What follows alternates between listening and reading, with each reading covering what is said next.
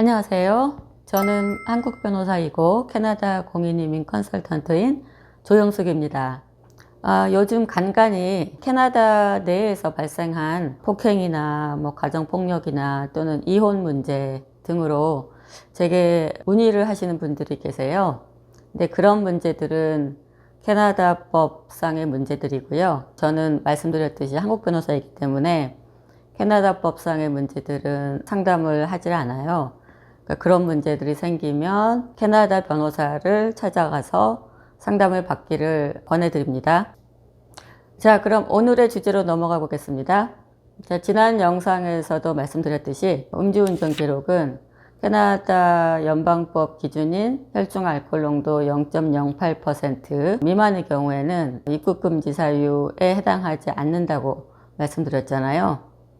지난 영상 마지막에서 제가 예로 들었던 혈중 알코올 농도 0.08에 미치지 못하는 음주운전 기록이 여러 개가 있다. 예를 들어서 0.04, 0.05, 0.06 이런 경우에 캐나다 이민의 문제가 되지 않는다. 입국금지 사유에 해당하지 않으니까 라고 생각하고 이민 절차를 진행하게 되면 어떻게 될까요? 질문에 대한 답은 이민 절차에 따라서 달라요. 이제 먼저 가장 많이들 걱정하시는 영주권 절차 먼저 말씀드릴게요. 영주권 심사는 훨씬 더 엄격하게 하는 편이에요. 거절의 근거를 반드시 밝히게 되어 있거든요. 이 건 같은 경우는 세 건이 모두 입국금지 사유에 해당하지는 않잖아요. 그래서 영주권을 거절하지는 못해요. 그런데 이민심사관이 기분이 조금 나쁘겠죠. 찝찝한 거죠. 그러면 어떻게 하겠어요? 다른 심사 요건을 굉장히 엄격하게 심사를 하는 거예요.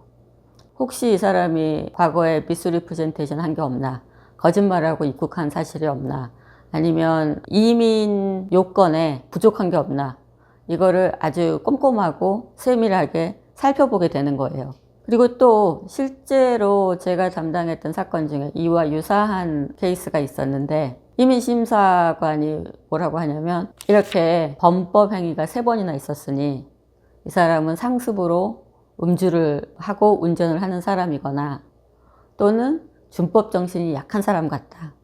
거기에 대해서 소명해라. 이렇게 연락이 왔어요. 그래서 주치의로부터 의견서도 받고 그리고 주변 가족들, 친지, 목사님 추천서들을 여러 개를 받아가지고 제출해서 간신히 통과를 한 경험이 있거든요. 그래도 어찌됐건 영주권 절차에서는 아까도 말씀드렸듯이만 거절할 때도 반드시 명확한 근거가 있어야 되기 때문에 영주권 절차는 이런 경우에 통과할 가능성이 조금은 더 높아요. 그런데 문제는 뭐냐면 단기간에 체류를 허가하는 그런 비자의 경우에는 이때는 문제가 좀 달라져요. 이 단기 비자의 경우에는 이민심사관의 재량이 굉장히 많아요. 그래서 이민심사관이 기분이 나쁘면 그냥 거절할 수 있어요.